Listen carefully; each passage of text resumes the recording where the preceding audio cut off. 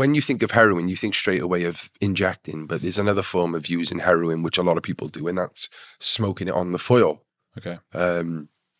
The first time I tried heroin was actually in a spliff. So it was that night I tried cocaine as well. So I had a try of the crack on the can, and because of my OCD and because of cocaine being a stimulant, when I took the first hit, it was really intense. I really enjoyed it. But about 5 minutes later, I really started to get paranoid and thinking everyone in the room was trying to kill me. And this boy who was sat in the corner said, come here.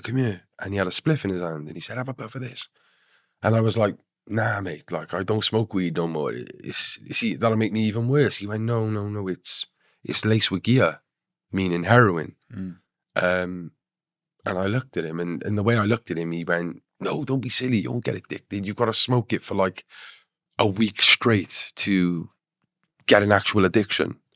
And I was like, okay. And that's another thing that we look at with heroin. We think, you have to, this is the thing, and this is like the common kind of motto. You've got to smoke it for a week to get physically addicted to heroin. But like any other drug, mentally, you can get addicted to it straight away, which we don't talk about. And yeah, I took the heroin and it was like a light switch went off of safety. So I went from this really etched out person who was really worried and thinking everyone was out to get me to having 2 puffs of this spliff and just all my problems going away. Is there a way for someone, I've never tried it, and most people I don't think explain. Have. Yeah, because they show it in like silly ways, don't they, in movies, but what is it?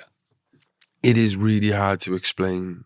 The way I described it, I probably took kind of examples from others, lying in a warm bath, after 2-3 glasses of whiskey, wrapped up in cotton wool. That's another way people look at it, of a warm, fuzzy feeling. Remember Sonic the Hedgehog? When you jumped on the box and you had the shield? Yeah. You feel like you've got that shield on you. Yeah. And the other thing I would say is you could drop me off in the Antarctica in a pair of boxer shorts and I'd survive. You just feel so warm and glowing and like nothing will affect you. That's how you feel with it. It sounds bloody great. It is great. Yeah. But the consequences aren't. Isn't it shit that everything in life that's really amazing is not good for you? I mean, just chocolate. I was about to say chocolate. Yeah. I love chocolate. Why can't I sit there? Well, I guess it's that they did the experiments on the mice or rats or something. Yeah. Have you seen that, the dopamine thing? Yeah. They die. They don't eat because they're just pushing a button that makes dopamine happen in their brains. They don't even think to eat. So they've done that with the heroin as well. They've done the test with the mice on heroin, and they just gave them heroin.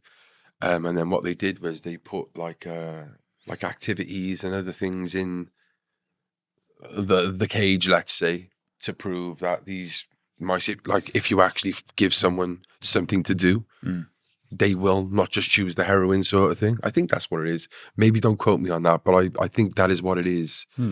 It's like the example of saying basically people can overcome addiction, but you've got to just give them an opportunity. Purpose. A purpose, yeah.